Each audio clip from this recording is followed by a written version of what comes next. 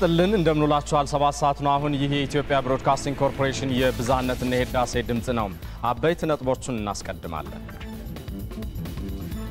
የታላቁ የኢትዮጵያ ህዳሴ ግድብ እስኪጠናቀቅ የሚያደርጉትን አስተዋጽኦ አጠናክረው እንደሚቀጥሉ በሀገሪቱ በተለያዩ ዘርፎች የተሰማሩ ባለሀብቶች ገለጹ ኢትዮጵያና አርጀንቲናም ግንኙነታቸውን ለማጠናከር በትኩረት እየሰሩ መሆኑን አስታወቁ አሜሪካ በሶሪያው ጉታ ግዛት የ30 ቀን የተኩስ አቁም ስምምነት እንዲደረግ ለጸጥታው ምክር ቤት ሰነድ ስለማቅረቧ ደግሞ ከውጭ እንመለከታለን አብራችሁን ቆዩ ከዜናዎቹ ጋር ሰለሞን ኃይለ ኢየሱስ ነኝ ቀዳሚ ወደ ሆነው ዜና አልፋለሁ የታላቁ የኢትዮጵያ ህዳሴ ግድብ እስኪጠናቀቅ የሚያደርጉትን አስተዋጽኦ አጠናክረው እንደሚቀጥሉ በሀገሪቱ በተለያዩ ዘርፎች የተሰማሩ ባለሀብቶች ገለጹ ባለሀብቶቹና የተለያዩ የህብረተሰብ ክፍሎች በግድቡ የሚያደርጉት ጉብኝት ለሰራተኞቹ ትልቅ አቅምና ሞራል እንደሚፈጥር የተናገሩት ደግሞ የፕሮጀክቱ ስራ አስኪያጅ ኢንጂነር ስመኛው በቀለ ናቸው አለማየሁ ታደለ የዚህን ዜና ዝርዝር ያቀርባል ስሜ ታደለ ጎአ የመጣው ከወላይታ ነው እስካሁን ያው በጥሩ ሁኔታ ስራውን እየሰራን ነው 4 አመት ሆኖኛል እዚህ የሚታያቸው ማሽኖቹንም በደንብ ይሰራሉ ሁሉንም እዚህ ከመጣው ነው እኔ ለመድኩ ፀሐዩ ምንም አይመስልም ምክንያቱም አልቆ ማየት ነው የምፈልገው በጣም ደስተኛ ሆነን ስለምንሰራ ማለት ነው ወጣት ታደለ ጎአን ጨምሮ ከ10,000 በላይ ኢትዮጵያንና የውጭ ሀገራት ዜጎች የሚሳተፉበት የታላቁ የኢትዮጵያ ህዳሴ ግድብ ፕሮጀክት በሀገሪቱ በተለያዩ ዘርፎች በተሰማሩ ባለሀብቶች ተጎብኝቷል በጉብኝቱ ላይ የተሳተፉ ባለሀብቶች የታላቁ የኢትዮጵያ ህዳሴ ግድብን በአካል ተገኝተው በመጎብኘታቸው መደሰታቸውን ገልጸው ለግድቡ የሚያደርጉትን አስተዋጽኦ አጠናክረው እንደሚቀጥሉ ተናግረዋል በጣም ያኮራ የሚያስገርም ወገኖቻችን ነው በዚህ ሰዓት በዚህ በሙቀት ላይ እንደዚህ በጠዋት ማታ በመልፈታቸው በጣም መደነቅ ያለበት ነገር ነው እውነትም በእኛ ገንዘብ እየተሰራ መሆኑን የሚያሳይ ነገሮችን ማየት ይችላልና በጣም ደስ ብሎናል ነገም ደግሞ በሆቴልና ቱሪዝም ዘርፍ ያሉትን ባለሀብቶችንም እንደዚህ በማሳየትና ለወደፊቱም ደግሞ እነሱም ያላቸውን አሁን እያደረጉ ያሉትን ኮንትሪቢዩሽን የበለጠ ደግሞ የሚያረጉበትን ሞቲቬት ለማድረግ የሚሆን የዚህ አይነት ፕሮግራሞችን እኛም ለማዘጋጀት እያሰብን ያለን አባይ ለድፍን ኢትዮጵያ ህዝብ ንብረት ሆኖ ትናንት ሲያስለቅሰን ነበር አሁን ሊያስቀን ስለሆነ ማድረግ ያለብን ነገር ስናደርግ በሙሉ ኩራት ነው ማድረገው እኔ ለኔ አይደለም ልጆቼም በውጭ ሆኖ ይገዛሉ አሁን ባለው በዚህ በስልጣኔ በሃያኛውና በ21ኛው ክፍለ ዘመን ምንድነው ኢትዮጵያን በቀጥታ እንደ ጥንቱ አያይዞ የሚያዘልቃት ብለስ ጠይቅ ምንም ሌላ ነገር የለም ይሄ ነው የታላቁ የኢትዮጵያ ህዳሴ ግድብ መላው ኢትዮጵያውያን በጋራ የሚያከናውኑት ታላቅ ፕሮጀክት መሆኑን ያስታወሱት የህዳሴው ግድብ ፕሮጀክት ስራ አስኪያጅ ኢንጂነር ስመኛው በቀለ ጉብኝቱ ለፕሮጀክቱ ሰራተኞች ትልቅ አቅምና ሞራል መሆኑንም ተናግረዋል ከሁሉም በላይ ከምታደርጉት ክትትልና ድጋፍ ባሻገር ዛሬ ርቀትና ጊዜ ሳይገድባችሁ ግንባታው በሚከናወንበት ቦታ መጣችኋል ለኛ ያው መለኪያ የሌለው አቅም ሞራል የሚፈጥርልን ነው እናንተ ደግሞ በተለየ ሁኔታ የበለጠ ግንዛቤ ይዛችሁ በአገራችን ግንባታ በመትሰሩት ስራ ሁሉ ውጤታማ እንድትሆኑ የወደፊት ስንቅ የሚሆናችሁ ጉብኝት ነው ብለን እናምናለን 64% ግንባታው የተከናወነው የታላቁ ህዳሴ ግድብ ፕሮጀክት እስካሁን ከ260,000 በላይ በሆኑ ኢትዮጵያውያንና የውጭ ሀገራት ዜጎች ተጎብኝቷል በኢትዮጵያ ለአንድ አመት ሰባዊ ድጋፍ የሚያስፈልጋቸውን ዜጎች ቁጥር የሚወስነው የሰባዊ እርዳታ ያደጋ አይበገሬነት እቅድ የብሔራዊ ያደጋ ስራ አመራር ኮሚሽን ይፋ አደረገ ለአደጋ ተጋላጭ የሆኑ ቦታዎችን በጥናት በመለየት ድጋፉ ለሚያስፈልጋቸው ወገኖች አስፈላጊው ቅድመ ዝግጅት መደረጉ ተገልጿል የኢትዮጵያ ብሔራዊ ያደጋ ስራ አመራር ኮሚሽን ኮሚሽነር ምትኩ ካሳም በሀገሪቱ ከዓመታት በፊት ባለም አቀፍ ደረጃ የተከሰተውን የአየር ንብረት ለውጥ ተከትሎ በደረሰው ድርቅ ችግሮችን በራስ አቅም ለመቋቋም ጥረት መደረጉ እና በዚህ ውጤት መመዝገቡን ተናግረዋል በዚህ ጉዳይ ላይ ተጨማሪ ማብራሪያ ሊሰጠን ሪፖርተራችን ሀብታሙ ደባሱ በቀጥታ መስመራችን ላይ ነው የሚገኘው ሀብታሙ እስኪ እንደምን ውለሃል ይህ ይፋ የተደረገው ሰነድ በውስጡ የያዛቸው ዋና ሐሳቦች ምንድናቸው አመሰግናለሁ ሰለሞን በተለይ ከጥር 2010 እስከ ተሳስ 2011 ለአንድ አመት የሚቆየው ይፋ የሆነው የድርጊት መርሃ ግብር በደቡብና በደቡብ ምስራቅ ኢትዮጵያ የሚከሰት አስቀድሞ ለመከላከል የሚያስችል ድርቅና ሌሎችንም ነገሮች በሚከሰቱበት ወቅት አስቀድሞ ለመከላከል የሚያስችል የድርጊት መርሃ ግብር ነው ይፋ የሆነው። እንግዲህ በኢትዮጵያ በአየር ንብረት ለውጥና በሌሎች ምክንያቶች በሚከሰት ከግብርና ክፍለ ኢኮኖሚ ጋር በተያያዘ የሚከሰቱ ችግሮችን ለመቅረፍ መንግስት ከፍተኛ መዋዕለ ንዋይ በመመደብ ችግሮችን በራስ አቅም ለመፍታት የሚያስችል አቅም እያጎለበተ ይገኛል። ከዚህም ጋር በተገናኘ የኢትዮጵያ ብሔራዊ አደጋ ስራ አመራር ኮሚሽን ይህንን ችግሮችን ለመቅረፍ በሚያስችል ደረጃ ከለጋሽ ድርጅቶችና ከዓለም አቀፍ ተቋማት ጋር በመተባበር ይህንን የ1 ዓመት እቅድ ይፋ አድርጓል። ምናልባት ድርቅን ለመቋቋም ሌሎች አደጋዎች በሀገሪቱ ሲከሰቱ ኢትዮጵያ በራስ አቅም ድርቅን የመቋቋም ደረጃ ምን ይመስላል? ዛሬ በቀረበው ጥናትም ሊሆን ይችላል በተነሱ ሀሳቦች ዙሪያ ሰለሞን እንደሚታወቀው በኢሊኖ ምክንያት የዓለም አቀፍ የአየር ንብረት ለውጥ ተከስቶ ነበረ። በ2007-2008 የምርት ዘመን ችግሮች ተከስተው ነበር። ይሄን ችግር ለመቅረፍ በመንግስት በጀት 182 ሚሊዮን ወይም 5 ቢሊዮን ዶላር በመመደብ መንግስት ችግሮችን ለመቅረፍ ጥረት አድርጓል። በዚህም ውጤት ተመዝግቧል። ኢትዮጵያ በምስራቅ አፍሪካ ከሚገኙ ሀገራት በአግሮ ኢኮሎጂ አካባቢ በመገኘቷ በየ5 ዓመቱና በየ10 ዓመቱ ለአደጋ ተጋላጭ ናት። ይህንንም ለመቅረፍ መንግስት በራሱ አቅም ሲሰራ ነበረ። በዚህም ውጤት እንደተገኘ ነው ይፋ የተደረገው። የተባበሩት መንግስታት ድርጅት ተወካዮችም ተገኝተው ነበረ። ከሌሎች ሀገሮች በኢትዮጵያ ውስጥ የሚከናወኑ የድርቅ አደጋዎችን አስቀድሞ በመከላከል ረገድ ውጤት መመዝገቡን ነው ምስክርነታቸውን የሰጡት። በዚህም አሁንም ለ1 ዓመት ይፋ የተደረገው በቀጣይነት ችግሮችን በራስ አቅም የመፍታት አቅምን ከጊዜ ወደ ጊዜ ኢትዮጵያ እያዳበረች መሆኑን ነው አጠቃላይ የተባበሩት መንግስታት ድርጅት ተወካዮችና ዓለም አቀፍ የመንግስት ያልሆኑ ድርጅቶች ተወካዮች ያረጋገጡት። ሰለሞን ሀብታሙ፣ ካለን ሰዓት አኳያ በጣም አመሰግናለሁ። ቀሪ ዜናዎቻችን ይቀጥላሉ። ኢትዮጵያና አርጀንቲና ግንኙነታቸውን ለማጠናከር በትኩረት እየሰሩ መሆኑን አስታወቁም። የአርጀንቲናው ፕሬዝዳንት ማውሪሻ ማክሪም የኢትዮጵያ ልዑካን ቡድንን በጽህፈት ቤታቸው ተቀብለው አነጋግረዋቸዋል። ሪፖርተራችን ፀሐይ ኃይሉ ተከታዩን ዘገባ ልካልናለች። ኢትዮጵያና አርጀንቲና በሁለትዮሽና ዓለም አቀፋዊ ጉዳዮች ላይ በጋራ እየሰሩ ነው። አሁን ደግሞ የኢትዮጵያ አየር መንገድ ወደ አርጀንቲና ቦኖስ አይረስ ከተማ በረራ መጀመሩ ሀገራቱ አብረው ለመስራት የተስማሙባቸው ጉዳዮች ቶሎ እንዲተገበሩ የሚያግዝ መሆኑ ነው በአርጀንቲና የኢትዮጵያ አምባሳደር ስንቅነሽ እጅጉ የተናገሩት። ሁለቱ ሀገሮች በደንብ በጋራ ሊሰሩ የሚችሉባቸው መስኮች ተለይተዋል አስቀድሞ ማለት ነው። ይሄም በእርሻ ምርምር በሪሰርቹ የሁለቱ ሀገሮች አቻ ተመራማሪዎች ለመስራት፣ በሳይንስ ቴክኖሎጂ ኢኖቬሽን በጋራ ለመስራት፣ በአግሮ ፕሮሰሲንግ በጋራ ለመስራት እና ደግሞ በአጠቃላይ ጉዳዮች ላይ በመስራት ግንባር ቀደም ሆኖ የኢትዮጵያ አየር መንገድ ይሄን መጀመሩ እነዚህ የተጀመሩ ስምምነቶች በደም ተጠናክረው በተጨባጭ ስራ ላይ እንዲውሉ ምቹ ሁኔታ ይፈጥራል ማለት ነው። ከነዚህ ስምምነቶች ባለፈም አጠቃላይ የቴክኒክ ትብብርና የዲፕሎማሲያዊ ስልጣናዎች እንዲሁም ሌሎች በሁለቱ ሀገራት ፓርላማዎች መካከል የተፈራረሙት ቀጣይ ስራዎች መሆናቸውንም አምባሳደር ስንቅነሽ ገልጸዋል። የውጭ ጉዳይ ሚኒስትር ዴታ ዶክተር አክሊሉ ኃይለ ሚካኤል በበኩላቸው አየር መንገዱ ወደ ሀገሪቱ በረራ መጀመሩ የሁለቱን ሀገራት የንግድና ኢንቨስትመንት ግንኙነት በማሳደግ በኩል አስተዋጽኦ የጎላ ነው ብለዋል። አዲስ አበባ በጣም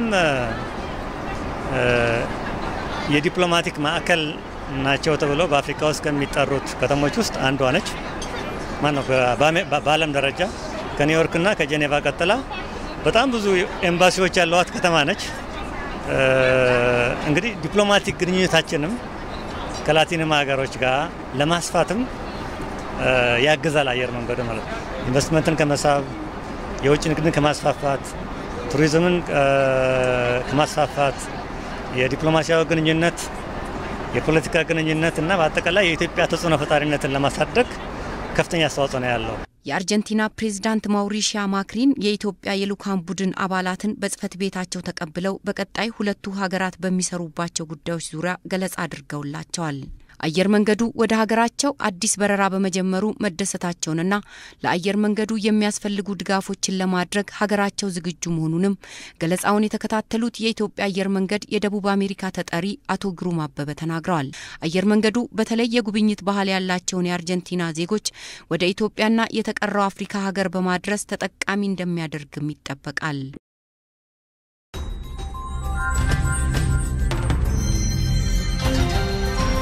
በኢትዮጵያ የፖለቲካ እንቅስቃሴዎች ውስጥ ለውጦች እየተስተናገዱ ነው።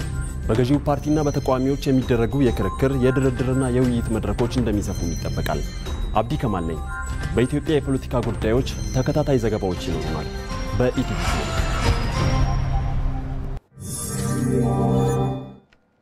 በኦሮሚያ ክልል በፌደራል መንግስት ከ711 ሚሊዮን ብር በላይ በጀት የተከናወነው የቆቃ ዶላላ ቢሸፍቱ መንገድ ግንባታ ተጠናቀቀ። መንገዱ 52 ኪሎ ሜትር የሚረዝም ሲሆን በሀገር በቀሉ አሰር ኮንስትራክሽን ድርጅት የተገነባ ነው። በ2007 የተጀመረው የመንገዱ ግንባታ በታቀደለት መሰረት በ36 ወራት ጊዜ ውስጥ ተከናውኗል። የመንገዱ ግንባታ በአካባቢው የሚመረተውን የአትክልትና ፍራፍሬ ምርቶችና የሲሚንቶ ግብዓቶች በቀላሉ ለማጓጓዝ ይረዳል። የኢትዮጵያ መንገዶች ባለስልጣን ኮሚዩኒኬሽን ዳይሬክተሩ አቶ ሳምሶን ወንድሙ ለኢዜአ እንደተናገሩት መንገዱ ጥራቱን ጠብቆ ለረጅም ጊዜ አገልግሎት እንዲሰጥ ሁሉም ተጠቃሚ እንክብካቤና ጥበቃ ሊያደርግለት ይገባል ብለዋል።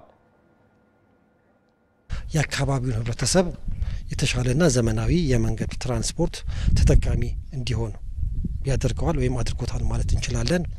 ከዛም ባለፈ እንግዲህ በመስመሩ ላይ አበባን ጨምሮ የተለያዩ ፍራፍሬዎች በብዛት የሚመረቱበት አካባቢ ነው። ይህን ምርት በቀላሉ ወደ ተለያዩ የገበያ ማዕከላት ለማድረስ የዚህ መንገድ መሰራት ጠቀሜታው እጅግ ከፍተኛ ነው። ከዛም ባለፈም እንግዲህ ለአበባውም ለፍራፍሬው ምርት የተለያዩ ግብአቶች ያስፈልጋሉ። እነዚህ ግብአቶችን በቀላሉ ለማድረስም ምቹ ሁኔታ እየፈጠረ የሚገኝ የመንገድ ክፍል ነው። በአዲስ አዳማ የፍጥነት መንገድ ከክብደት መጠን በላይ በመጫን መንገዱን በሚጠቀሙ መኪናዎች ምክንያት በመንገዱ ላይ የተለያዩ ጉዳቶች ደርሰዋል። የኢትዮጵያ የክፍያ መንገዶች ኢንተርፕራይዝም ይህንን ችግር ለመፍታት በሁሉም የክፍያ መቆጣጠሪያ ጣቢያዎች ላይ የክብደት መቆጣጠሪያ ስርዓት ዘርግቷል። ሜሮን በረዳ ያዘጋጀችውን ዘገባ ፋሲካ እያሌው እንደሚከተለው ታቀርበዋለች። የአዲስ አዳማ የፍጥነት መንገድ ከትንንሽ የቤት አውቶሞቢሎች ጀምሮ እስከ ትልልቅ ከባድ መኪኖች ድረስ የሚያስተናግድ የፍጥነት መንገድ ነው። ሆኖም ይህ መንገድ ከጭነት በላይ የጫኑ በሚተላለፉ መኪኖች ምክንያት ማገልገል ከነበረበት ጊዜ ቀደም ብሎ በርካታ ጉዳቶች እየደረሱበት ይገኛሉ። በፊት 3 የክፍያ የሚዛን መቆጣጠሪያ ጣቢያዎች ነበሩ። ነገር ግን እነዛ ካለን 6 ጣቢያዎች 3ቱ ላይ የነበረው ይሃም ምን ኢምፓክት አመጣብን? መኪኖቹ ላይክ እዚህ ገብተው ኦቨርሎድ ሲሆኑ ወጥተው በሌላ ስቴሽን ሚዛን በሌለበት ጣቢያ መግባት ጀመሩ። ያ ማለት ደግሞ ምንድነው መንገዱ ላይ ያው ኦቨርሎድ የሆነ መኪና የሚያመጣቸው ጉዳቶች የአስፋልት መንሸራተት፣ መሰነጣጠቅ የመሳሰሉትን ያው ኦቨርሎድ የሚያመጣቸው ኢምፓክቶች መንገዳችን ላይ መታየት ጀመሩ ማለት ነው። ታዲያ በመንገዱ ላይ እየደረሰ ያለውን ችግር ለመፍታት የክፍያ መንገዶች ኢንተርፕራይዝ ቀድሞ ከነበሩት 3 የክብደት መቆጣጠሪያ ጣቢያዎች በተጨማሪ በ19ኙም የክፍያ መቆጣጠሪያ ጣቢያዎች የክብደት መቆጣጠሪያ ስርዓት ስራ ላይ አውሏል። መግቢያ ጣቢያዎቻችን ላይ በ6ቱም ስቴሽን እያንዳንዳቸው ስቴሽኖች ላይ እያንዳንዱ መግቢያ ሌን ላይ የሚዛን መቆጣጠሪያ ማሽኖቹን እንዲሰሩ በፊትም የነበሩ ናቸው። አሁን ግን ፈንክሽናል እንዲሆኑ ነው ያደረግናቸው። ሲስተማችንም አፕዴት አርገናል። ምክንያቱም ኦቨርሎድ የሆኑ መኪኖችን ዲቴክት አርጎልን ከተፈቀደላቸው በላይ የሆኑ መኪኖችን እንዲመልስልን አፕዴት አርገናል ማለት ነው። እነዚህ የክፍያ ጣቢያዎች ላይ እነዚህ ሲስተሞች በመቅጠም 2 ነገሮችን ማድረግ ይቻላል። አንደኛ ከክብደት በላይ የጫኑ ተሽከርካሪዎች ምንም አይነት ወደ መንገዱ እንዳይገቡና የመንገዱን ደህንነት ከጥገና አኳያ የሚወጣውን ወጪ ይቀንስልናል። ያ ማለት መንገዱ ላይ ያለው ምቾት ብለን የምናወራውን የተሻለ በማድረግ የጥገና ሁኔታውንም የሁሉንም ሁኔታ ይቀንስልናል። በሁለተኛ ደረጃ እነዚህ ከክብደት በላይ የጫኑ መኪኖች ወደ መንገዱ ማይገቡ ከሆነ አንደኛ የትራፊክ ፍሰቱን አያስተጓጉሉብንም፣ ሁለተኛ ደግሞ በትራፊክ ፍሰቱ በሚያስተጓጉሉበት ወቅት የሚደርሱ አደጋዎችን ይቀንስልናል።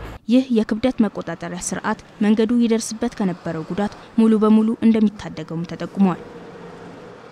ከኢቢሲ በቀጥታ እየተላለፈላችሁን ዜናችን እየተከታተላችሁ ነው። በአዲስ አበባ የተለያዩ የከተማዋ መንገዶች በወሰን ማስከበር ችግር ምክንያት ግንባታቸው በመጓተት ላይ ነው። ሪፖርተራችን ይመራደም ታዲያ ከነኚህ መንገዶች አንዱ የሆነውና በዘነበ ወርቅ አካባቢ የሚገኘውን መንገድ ግንባታ በተመለከተ ቅኝቱን አካቶ ተከታዩን ዘገባ አዘጋጅቷል።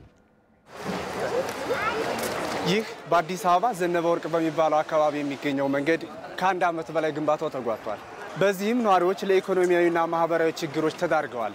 በአካባቢው ተቆፍሮ የነበረው መንገድም በዚህ አይነት መልኩ የቆሸሸ ውሃን በመያዝ ለጤናቸው ጠንቅ ሆኗል። ከዚህም ባሻገር ነዋሪዎች ከቤታቸው ስር ያለው በመቆፈሩ ለመውረድና ለመውጣት እጅግ ተቸግረዋል። 1 ኪሎ ሜትር የሚረዝመውን ይህን የዘነበ ወርቅ መንገድ በአጭር ጊዜ ውስጥ ለማጠናቀቅ ነበር ግንባታው ከአንድ ዓመት በፊት የተጀመረው። የዘነበ ወርቅ መንገድ ግንባታ ምንም እንኳን በአሁኑ ወቅት ግንባታው እየተከናወነ ቢሆንም በወሰን ማስከበሩ ምክንያት ግን ግንባታው በሚፈለገው ደረጃ እየተከናወነ አይደለም።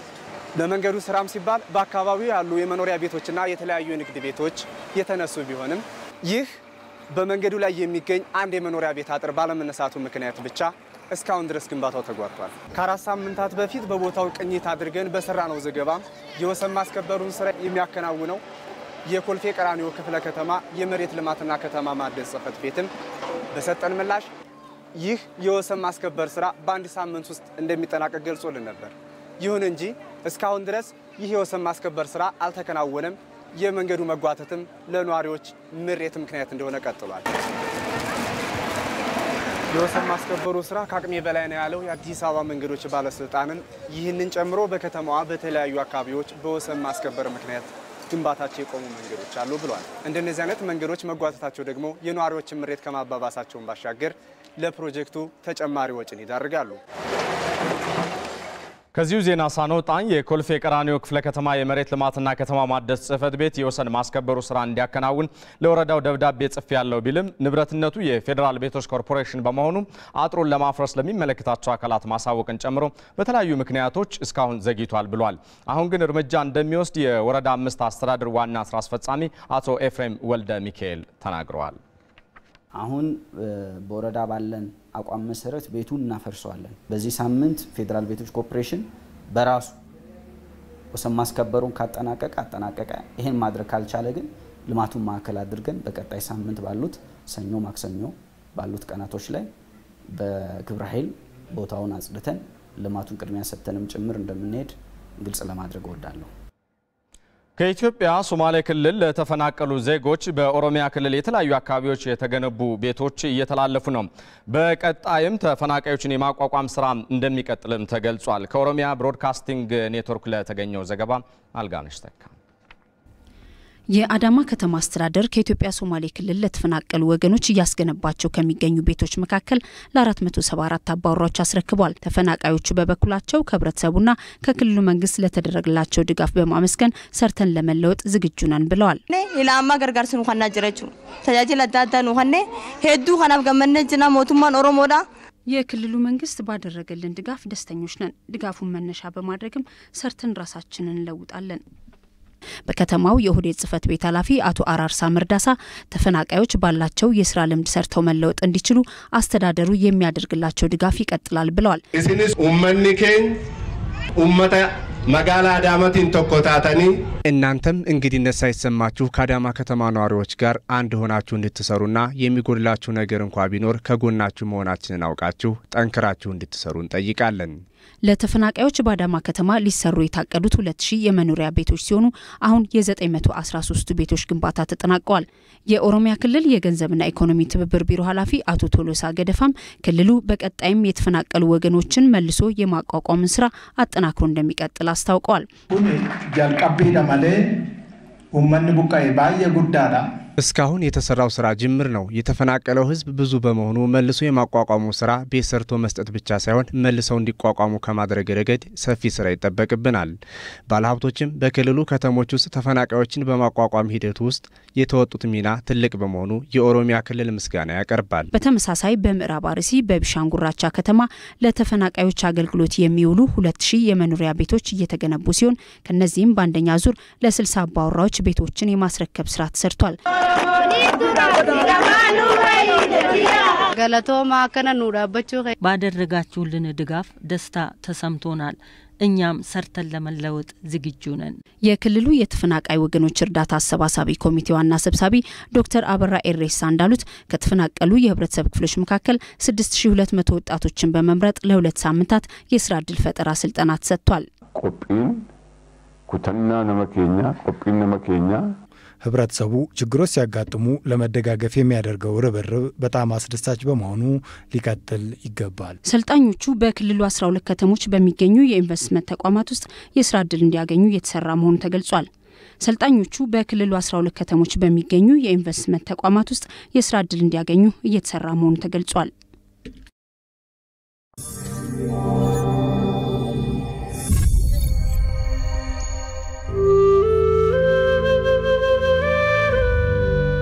ይህ ወጣት የ2 ዓመት ፍርድ ተፈርዶበት በጋምቤላ ክልል ማረሚያ ቤቶች አስተዳደር ይገኛል።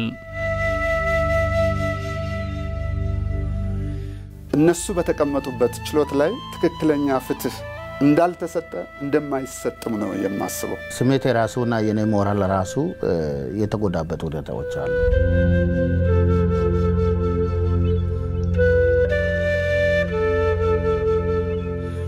ዶክመንቱን አውጥተው በብራቸውን አውጥተው ቲቸር ሆናለሁ ብሎ ማሰቡ ራሱ በጣም ከባድ ነው። የመምህራን ብቃት የመምህራን ጥራት አሳሳቢ ነው የሆነው። በኦሪጂናል ሙያ የማጠኑ በሐሰተኛ ሙያ ተሸፈነ። ነርስ የሌላቸው ነርስ አላቸው ተብሎ ቀርቧል። ጤና መኮንን የሌላቸው ጤና መኮንን ተብሎ ቀርቧል። ስለዚህ ችግሩ አለ። ይሄ አጠቃላይ ጉዳይ የማህበረሰቡ ተረጋግቶ የመኖርና ያለመኖር ጉዳይ ነው።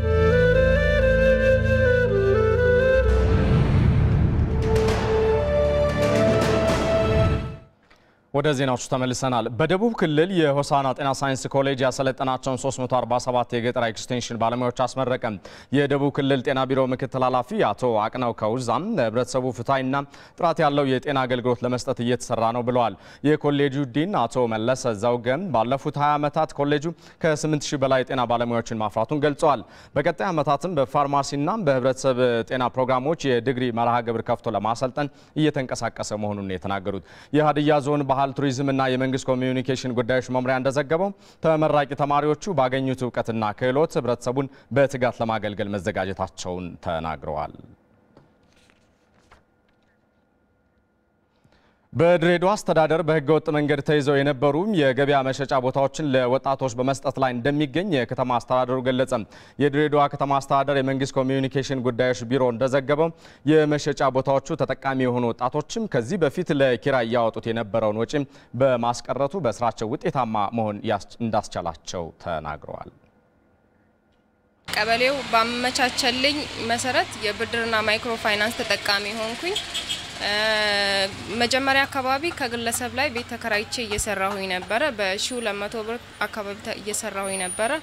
አሁን ላይ ግን ቀበሌው በማመልከቴ ቀበሌው ቤት ሰጥቶኝ በ98 ብር በወር እየከፈልኩኝ እዳይም ቀንሶልኝ በቀበሌው አማካኝነት ተጠቃሚ ሆኛለሁ።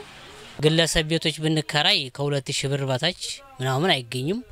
አሁን በ38 ብር ይሄው በአመትም ግብሬን እየከፈልኩኝ ይሄው ደና እየሰራው እገኛለሁ።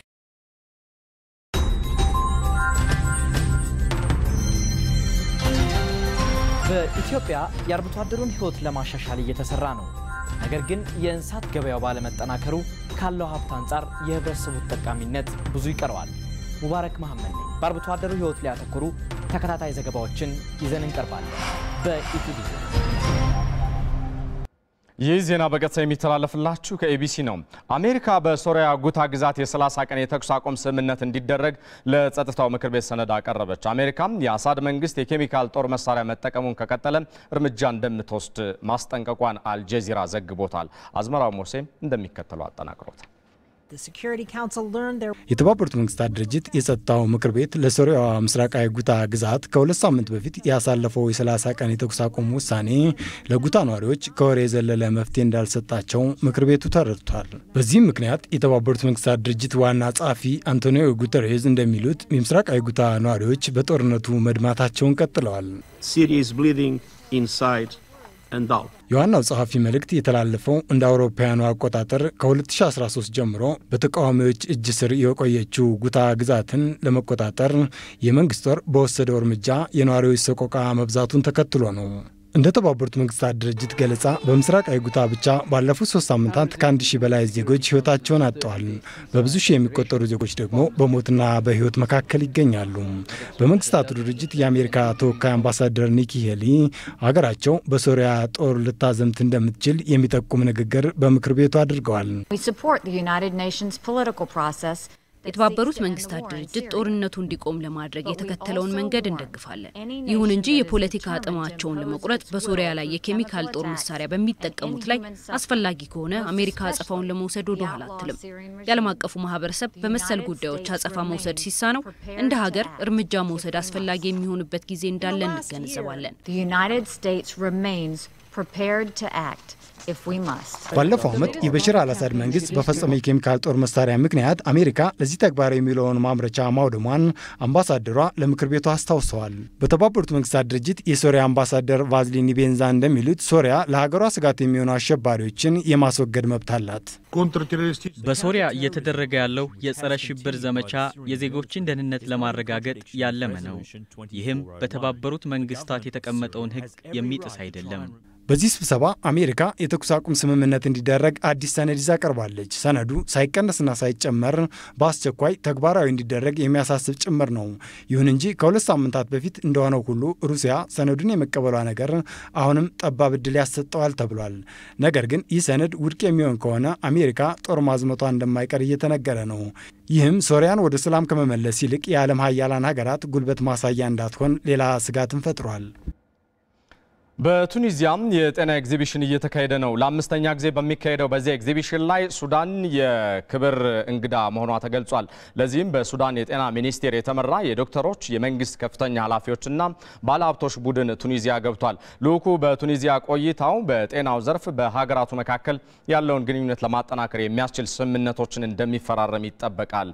ሲጂቲኤን እንደዘገበው ቱኒዚያም የ20 ዓመት የሱዳን የጤና አጋር ስትሆን በርካታ ሱዳናውያን ለከፍተኛ ሕክምና የሚመርጧት ሀገር ናት።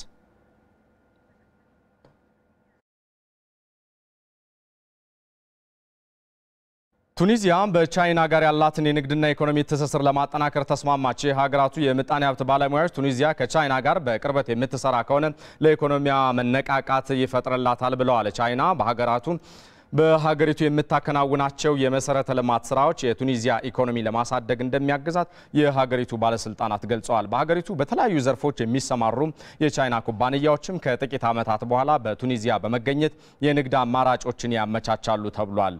ዘገባው የሲጂቲኤን ነው። ዜናው አበቃ። ሰለሞን ኃይለ ኢየሱስ ነኝ። በያላችሁበት በሰላም ዋሉ።